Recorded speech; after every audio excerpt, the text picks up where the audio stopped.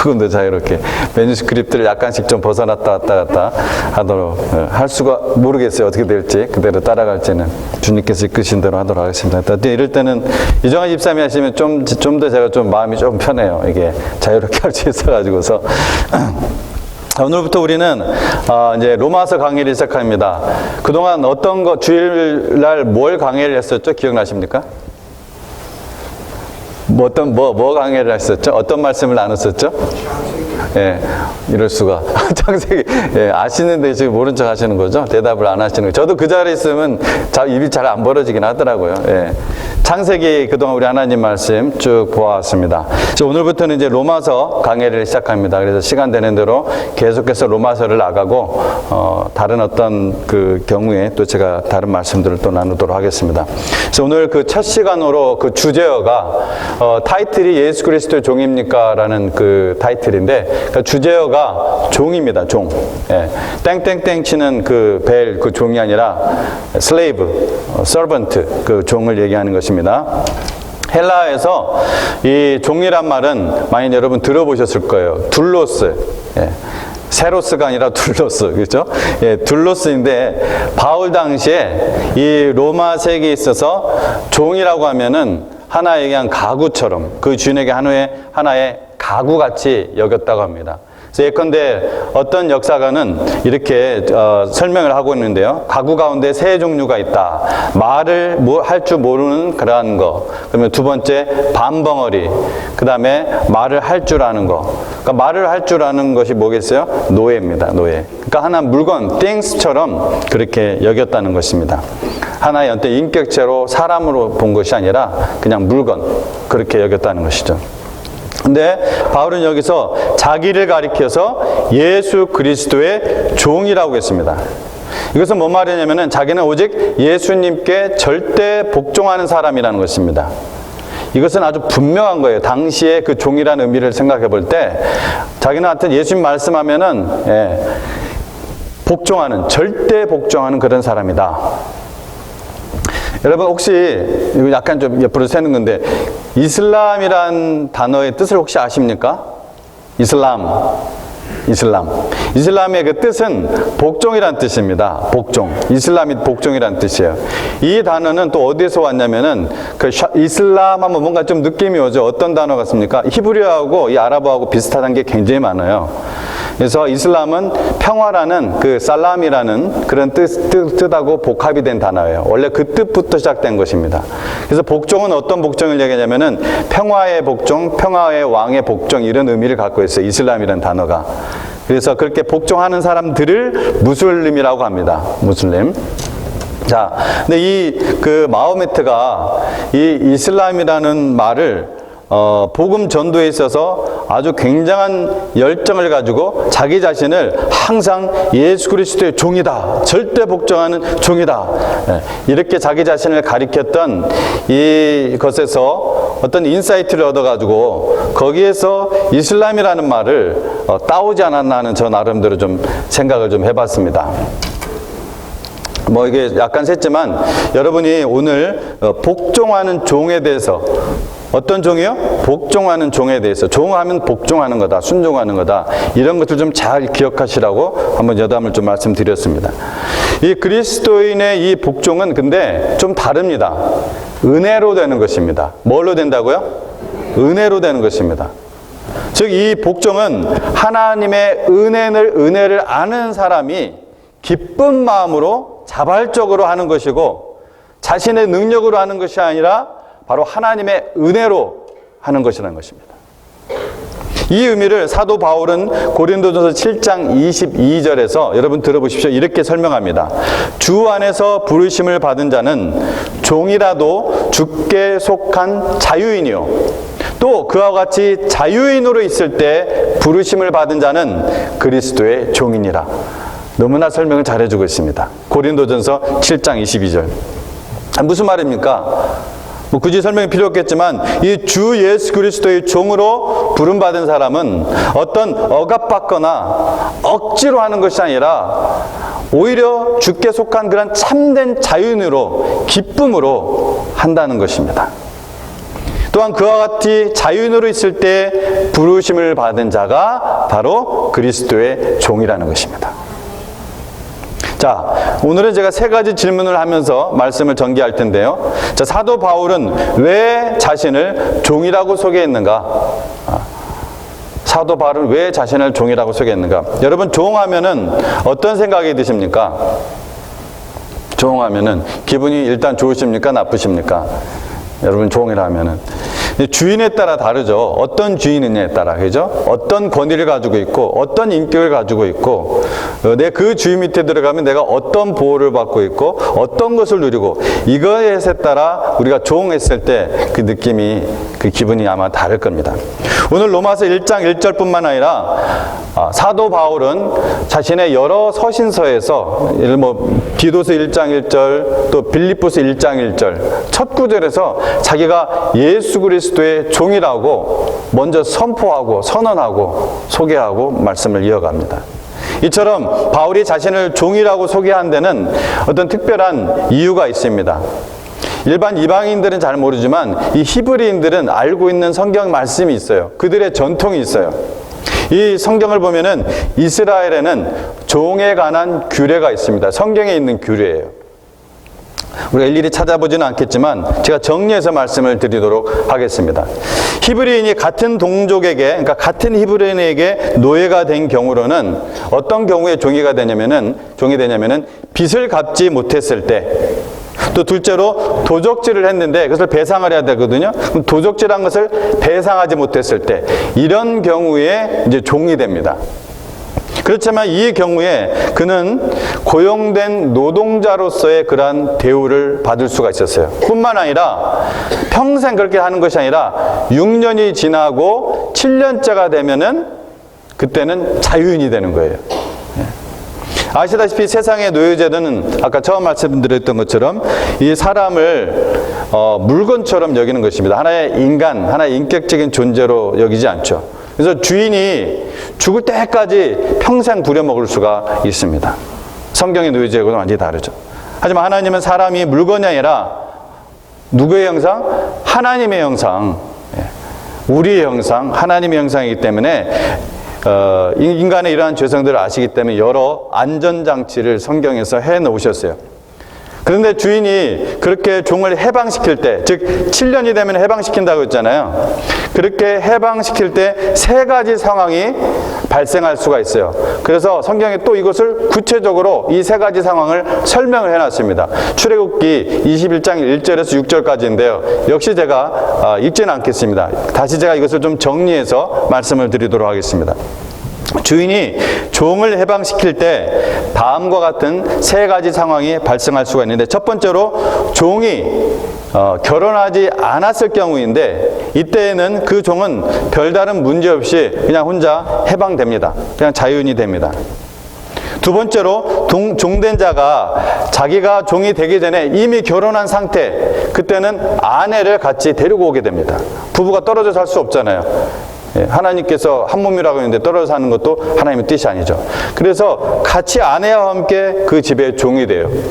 근데 이때 아내는 그 종이 해방될 때 어떻게 되겠습니까? 같이 그 아내와 함께 남편과 함께 같이 자유인이 됩니다. 근데 문제는 이제 세 번째예요. 세 번째는 이 종된 자가 종된 다음에, 그 집의 종이 된 다음에 주인으로부터 아내를 얻었을 경우, 주인으로부터 아내를 얻었을 경우입니다. 이것이 제가 오늘 보고자 하는 부분이에요. 오늘 말씀과 관련된 경우가 바로 이 경우입니다. 종으로 살다가 주인으로부터 아내를 얻었을 경우는 그 종은 7년째 해방되지만 그 아내는 해방되지 못해요. 같이 살았는데.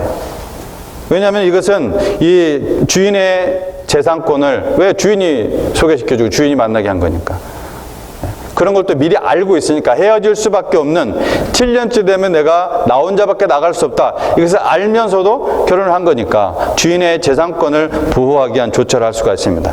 자, 그런데 이 남종이 주인과 또한 처와 자식을 사랑해서 스스로 자유하지 않기로 결정한 경우, 그 경우는 종이 어떻게 하냐면, 그러니까 종이 주인으로부터 받은 아내와 또 그를 통해 낳은 자식들을 사랑하고, 뿐만 아니라 그것만 또 만족해서는 안 되죠. 자기 주인, 자기가 그 주인과 헤어지기 싫은 경우, 사랑해서 존경할 뿐이라서, 그런 경우는 종은 이 자유를 얻는 것을 스스로 포기합니다. 그래서 계속 주인의 그 종으로 남아 있음으로써 자신의 소원을 이룰 수가 있었습니다. 몇 가지 잘 지금 따라오셨죠?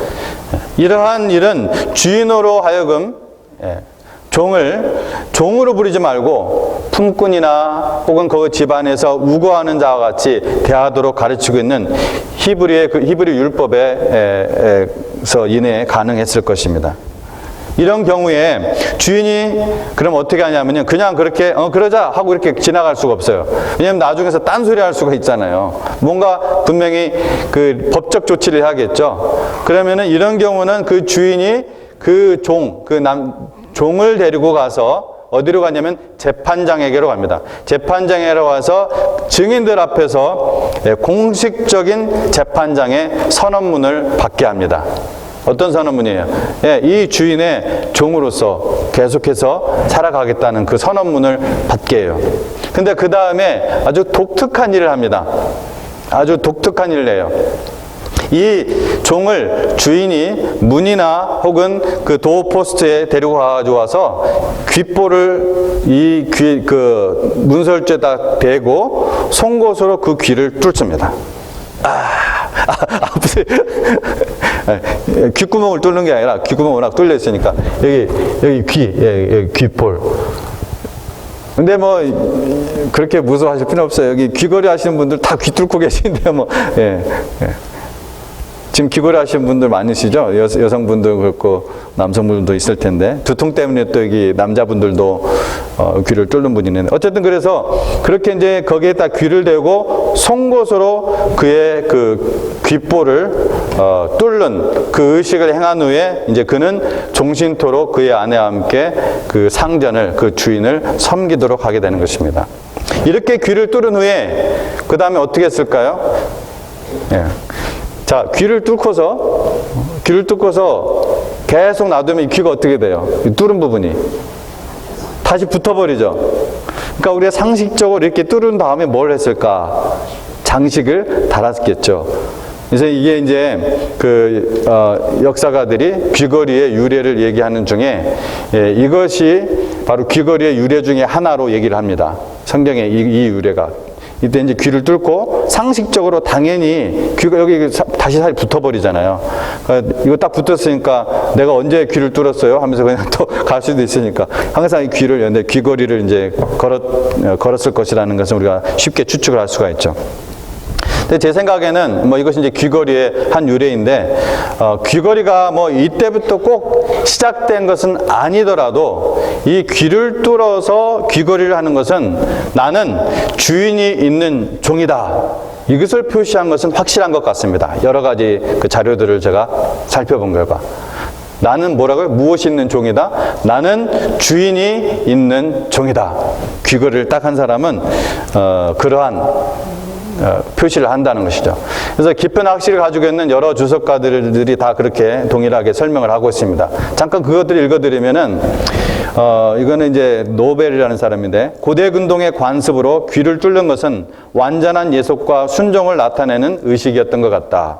그 다음에 랑게, 고대 근동인들에게 있어서 귀는 예속의 기관이었으니 귀를 뚫린다는 것은 곧 자유의 상실을 상징하기 때문이다. 그런 의미에서 후일에 카르타고인들은 종의 표식으로 종의 귀에 귀걸이를 매달았다고 한다. 어쨌든 뭐 이런 설명들을 하고 있어요. 어쨌든 지금은 귀걸이를 하고 있는 분들이 나는 종이다 이런 의미로 하고 있는 건 아니겠죠. 전혀 그런 의미가 아니지만 귀걸이를 하고 있는 분들 앞으로 예수님을 믿는 분들이 귀걸이를 하고 계시다면은 나는 예수님의 종이다 라는 표식으로 알고 하시면 좋을 것 같습니다. 아멘. 예. 아유, 예수님의 종이라는 걸 아주 확실하게 표시하고 다니신 분들 제가 이제 눈을 부르키고 보고 다니겠습니다. 네. 바울은 자신을 구원해 주신 이 예수님의 복음과 예수님을 정말 사랑했어요. 여러분 성경 읽어보시면 얼마나 예수님을 사랑하고 이 복음을 사랑했는지 정말 감동입니다. 놀라워요. 그래서 그는 예수님이 주신 그 사도의 직분을 받아서 복음을 전했습니다. 사도 바울은 이 구원의 은혜를 주신 것이 너무나 감사해서 정말 자기가 빚진 마음으로 주님의 종이 되었습니다. 빚 아시죠? 빚. 갚아야 되는 거. 그 빚진 마음으로 자기가 종이 되었습니다. 그래서 복음을 통해 구원받는 사람들을 보면서 정말 참된 만족과 진정한 기쁨을 느꼈기에 자기가 마음대로 자유롭게 살 수 있는 그런 자신의 삶을 다 포기하고 버리고 스스로 예수님의 종이 되었습니다. 그래서 바울은 로마 또 빌립보 지역 그 외 여러 지역에 보내는 편지에서 가장 먼저 자신을 예수님의 종이다 이렇게 기쁘게 소개했던 것입니다. 그것이 질문에 대한 답입니다. 앞으로 귀고리를 안 하신 분들이라도 나는 귀고리를 안 했는데 이렇게 생각하지 마시고 귀고리를 안 하신 분들이라도 가끔씩 좀 귀를 좀 만지시면서 뭐라고요? 나는 예수님의 종이야. 한번 해보시기 바랍니다. 지금 다른 사람 귀 만지지 마시고 자기 귀를 만지면서 한번 나는 예수님의 종이야. 시작. 나는 예수님의 종이야. I'm his servant. I am Jesus' servant. As you just touch your ears. You might more head. Yes, you do. Okay. 네, 무슨 말인지 알겠어요? 네. 다른 사람 귀도 만져보면서 해볼까요? 잊어먹지 않게. 여러분 잊어먹은 것 같으면 내가 가서 귀 만져도 되나요? 너 예수님의 종이야. 이렇게 할 수도 있을 것 같습니다.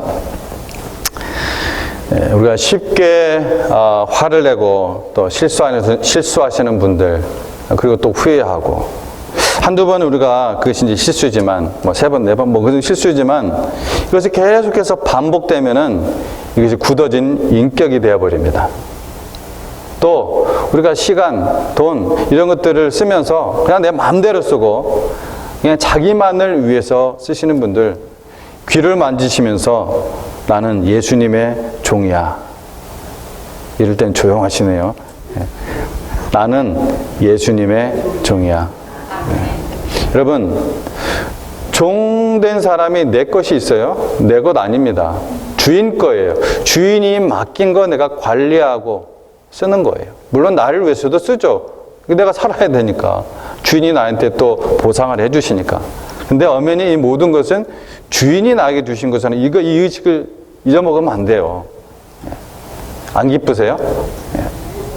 굉장히 놀라운 것입니다. 그 주인이 누구냐? 바로 창조주 하나님이기 때문에 그래요. 여러분이 인정하시든 안 하든 그것은 주인 되신 하나님께서 여러분에게 주시고 여러분이 잘 쓰라고 맡긴 겁니다. 자, 두 번째 질문입니다. 그런 의미에서 예수님의 종이 된 바울은 어떻게 살았나? 종은 자기의 삶이 없고 또 하고 싶은 말과 행동을 자기 마음대로 하는 사람이 아니에요. 종은 주인이 시키는 대로 움직여야 됩니다. 그렇지 않다면 더 이상 종이 아니에요. 계속해서 그러면은 이 악하고 쓸모없는 종하고 정말 밖에서 슬피 울며 일을 갈 수가 있어요. 성경 예수님이 직접 비유로 말씀을 해주셨죠. 근데 이러한 삶은 주님의 은혜의 사실이기 때문에 억압과 공포가 아니라 하나님의 사랑과 그 거룩하심을 드러내는 그런 삶인 것입니다. 그러한 삶이. 바울은 예수님의 종이 된 이후에 자기의 생각과 판단대로 말하거나 행동하지 않았습니다. 주인 대신 예수님의 뜻대로 말하고 행동하려고 했습니다. 물론 바울도 인간인지라 그러한 연약함 속에서 툭 튀어나올 때가 있었죠. 이 회칠한 무덤아, 뭐 그런 얘기 했었잖아요. 그게 말이 회칠한 무덤이지 사실은 굉장히 격한 상태에서 이스라엘 사람들에게는 더군다나 대제사장이었는데 물론 모르고 했지만 아주 굉장한 욕이에요. 그게 성경에 나오는 그 말씀이. 그러나 바로 그 자리에서 지적을 받았을 때 회개하잖아요. 사도 바울이. 늘 내 모든 것의 주인은 예수님이다. 이 의식이 있었어요. 여러분 잊어먹으시면 다시 한번 얘기하지만 만지시기 바랍니다. 바울이 예를 들어서 죄수의 몸이 되어서 로마로 압송되어 갔을 때입니다. 그때 어떤 일이 있었는지 사도행전에 잘 나와 있죠. 사람들은 풍랑과 파도를 만나 이제 곧 죽을 수밖에 없는, 뭐 먹지도 못하고 뭐 그런 상황이 아니에요. 그러한 두려움에 빠졌습니다. 하루 이틀이 아니라 여러 날 동안 해와 별이 보이지 않고, 여러분 바다 한가운데에서 해도 보이지 않고 별도 보이지 않고 하루 정도가 아니라 여러 날 동안 풍랑이, 큰 풍랑도 멈추지 않고 배에 있는 거 다 막 던져 내버려야 되고, 정말 사람들은 살아서 육지를 밟을 희망이 없었을 때였습니다. 그런데 바울은 자신이 하나님께로부터 받은 말씀이 있었습니다. 그 배 위에서 두려워하지 말라, 너희가 다 살 것이다. 그리고 바울 너는 로마 황제 그 앞에 가서 나를 증언할 것이다. 이런 말씀을 하셨어요. 그래서 바울은 현 상황에 대한 자기의 상식과 자기의 판단으로 말하지 않고 종된 예수 그리스도의 종, 하나님의 종으로서 사람들에게 뭐라고 했습니까? 안심하라. 너희 중에 아무도 생명을 잃지 않을 것이다. 나는 내게 말씀하신 그대로 되리라고 하나님을 믿어라. 이렇게 얘기했던 것입니다. 사도행전 20장에 보면 또 사람들은 복음을 전하러 예루살렘으로 가는 것을 두려워했습니다. 죽는다는 거예요. 거기만 잡힌다는 것입니다. 예루살렘에는 큰 핍박이 있었어요. 하지만 사도 바울은 모인 성도들과 또한 거기에 있는 리더들 앞에서 이렇게 말합니다. 아주 유명한 말씀입니다. 보라, 이제 나는 성령에 매여 예루살렘으로 가는데 거기서 무슨 일을 당할는지 알지 못하노라. 오직 성령이 각 성에서 내게 증언하여 결박과 환난이 나를 기다린다 하시나, 성령님이, 즉 하나님이 이렇게 말씀을 하셨어요.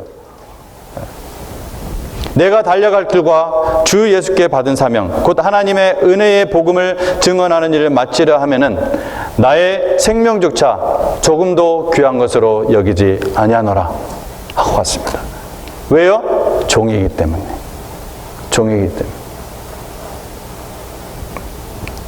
바울은 요나처럼 피하지도 않았고 또 그 정반대로 자기의 열정이나 혹은 자기의 목적을 이루려고 한 것이 아닙니다.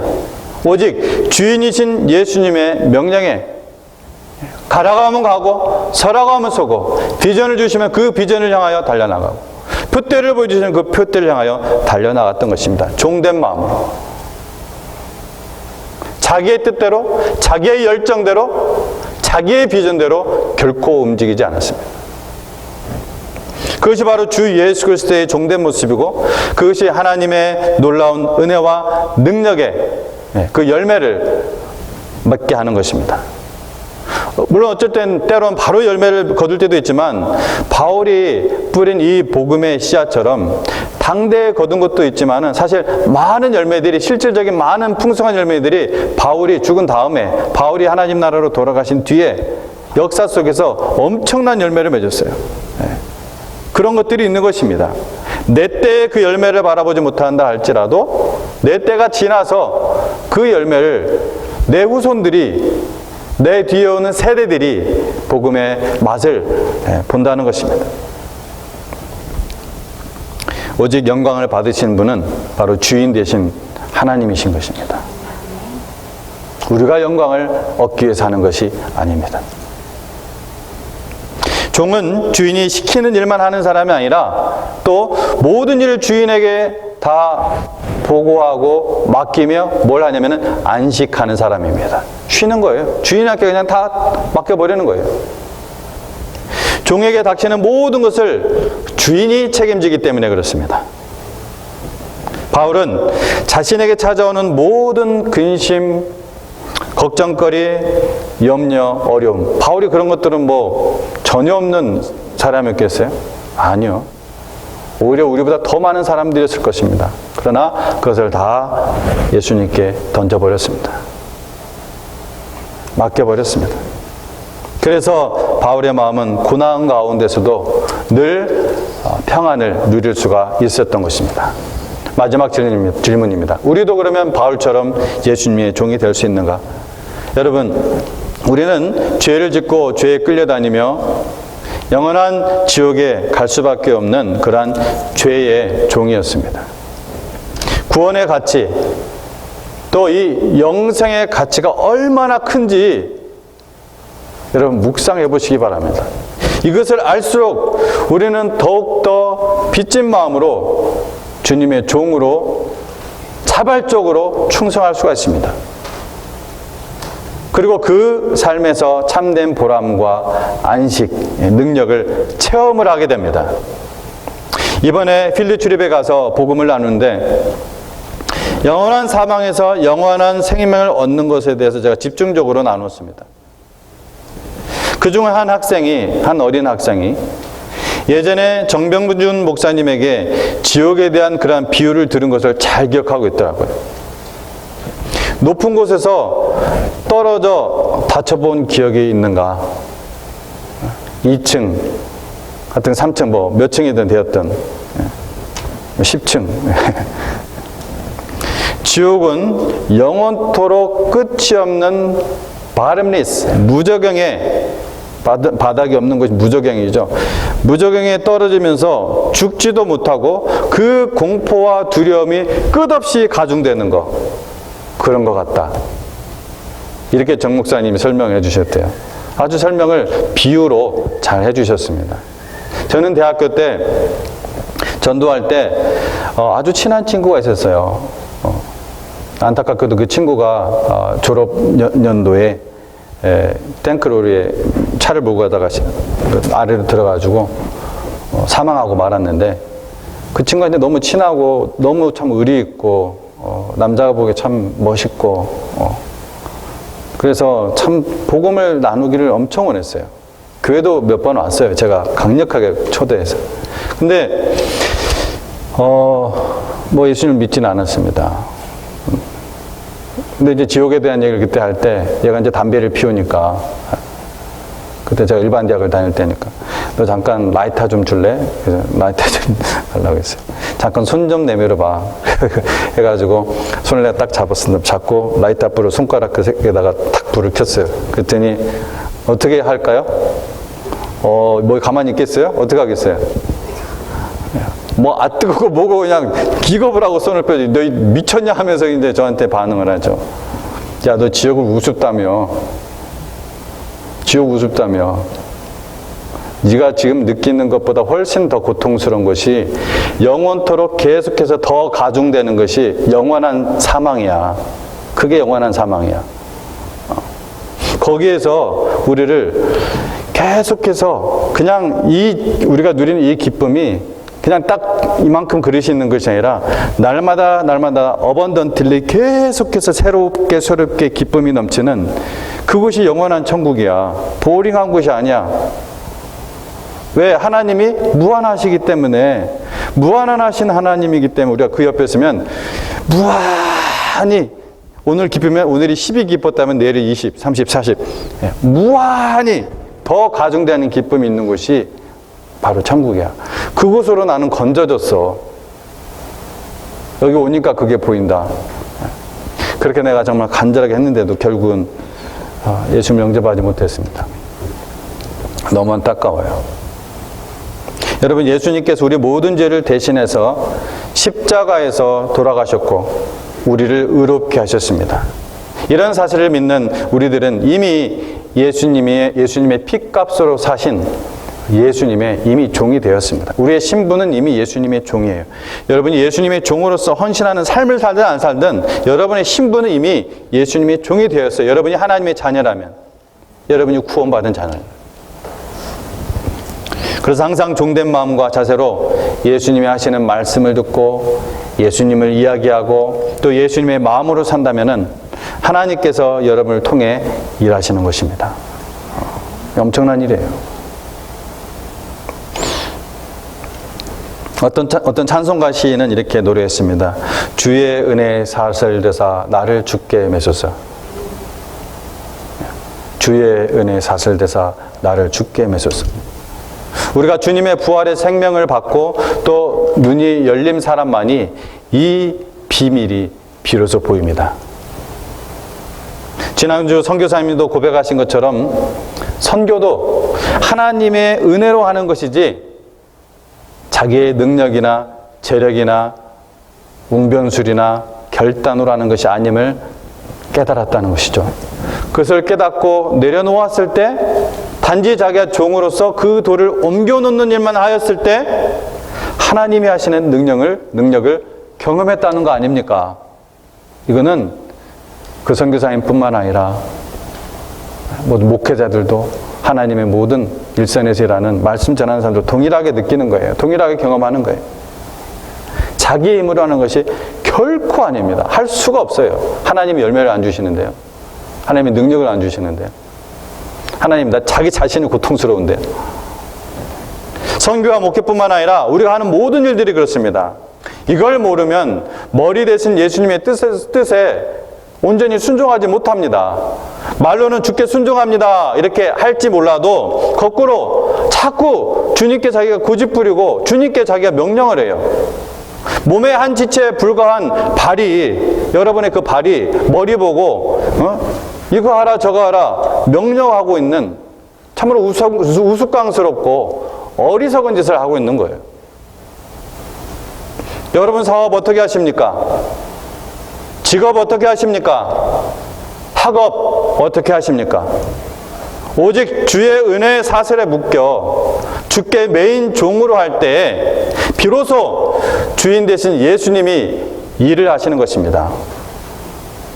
그래서 어떤 이기적인 욕심이나 그것이 큰 꿈이든 소박한 꿈이든 그런 것들을 이루는 것이 아니라 모든 사람들에게 하나님의 나라와 그 하나님의 의를 위해서 유익을 끼치게 하고 하나님의 이름을 영화롭게 한다는 것입니다. 여러분, 사람과의 관계는 어떻습니까? 그리스도의 종된 입과 그리스도의 얼굴과 손으로 살아갑니까? 아니면 내 마음대로 내 직성대로 화내고 맨날 실수하며 또 후회하며 살아갑니까? 자주 하는 실수는 이젠 더 이상 실수가 아니라 바로 자신입니다. 그것은 당신입니다. 예수님의 영이 그러지 말라고 속에서 외치는데도 예수님 잠시 그냥 가만히 계세요. 뭐 이런 말 할 틈도 없죠. 액션을 그렇게 한다는 거예요. 이럴 땐 좀 끼어들지 마세요 라는 식으로 생각하며 말하는 거예요. 종이 주인에게 예수님이 그렇게 명령하고 꾸짖는 모습이에요. 제가 볼 때는. 주님을 믿는다, 사랑한다고 하면서도 우리는 이렇게 교만한 짓을 하는 경우가 허다합니다. 그래서 하나님이 주시는 능력과 기쁨과 평안은 그 사람은 체험할 수가 없어요. 드라마 보면서 울고 좋은 풍경 보면서 기쁨과 평화를 얻을 줄 몰라도 그런 것과 상관없는 오직 세상이 주는 것이 아니라 하나님이 주시는 그런 평화와 기쁨은 절대로 체험할 수가 없습니다. 그런 것이 있을까? 목사님이 지금 뭐 뜬구름 잡는 얘기하나? 그럼 정말 여러분 체험하지 못한 분이에요. 여러분, 주님 앞에 홀로 남겨졌을 때, 정말 아무도 없고 홀로 남겨졌을 때 내가 참된 안식을 누리고 어린아이와 같은 그러한 평안과 즐거움을 음미하며 맛보고 계십니까? 아니면 공허하고 후회하고 두려움이 있습니까? 은혜의 사슬에 묶인 그리스도의 종은 그의 마음에 만족과 기쁨이 항상 흐르게 되었습니다. 여러분, 사랑 안에 두려움이 없습니다. 하나님께서 예수님의 종으로 사는 여러분의 모든 것을 책임져 주실 줄로 믿습니다. 그리스도의 종으로 사는 언행이 여러분에게 큰 기쁨과 행복이 될 것입니다. 그 하나님을 사랑하고 종으로 사는 삶이 너무 좋아서 여러분도 바울처럼 나는 예수님의 종이다. 여러분, 마음의 귀를 뚫으시기 바랍니다. 그리고 만나는 누구에게든 나는 예수님의 종 누구누구입니다. 이러한 제서로 소개하는 여러분이 되기를 바랍니다. 끝나기 전에 한번 귀를 만져보십시오. 예, 귀가 뚫려 있습니까? 막혀 있습니까? 예, 물론 저도 막혀 있어요. 피지컬리. 예, 근데 여러분 마음으로 뚫린 귀가 되시기를 주의 이름으로 축원합니다. 예, 함께 기도하겠습니다.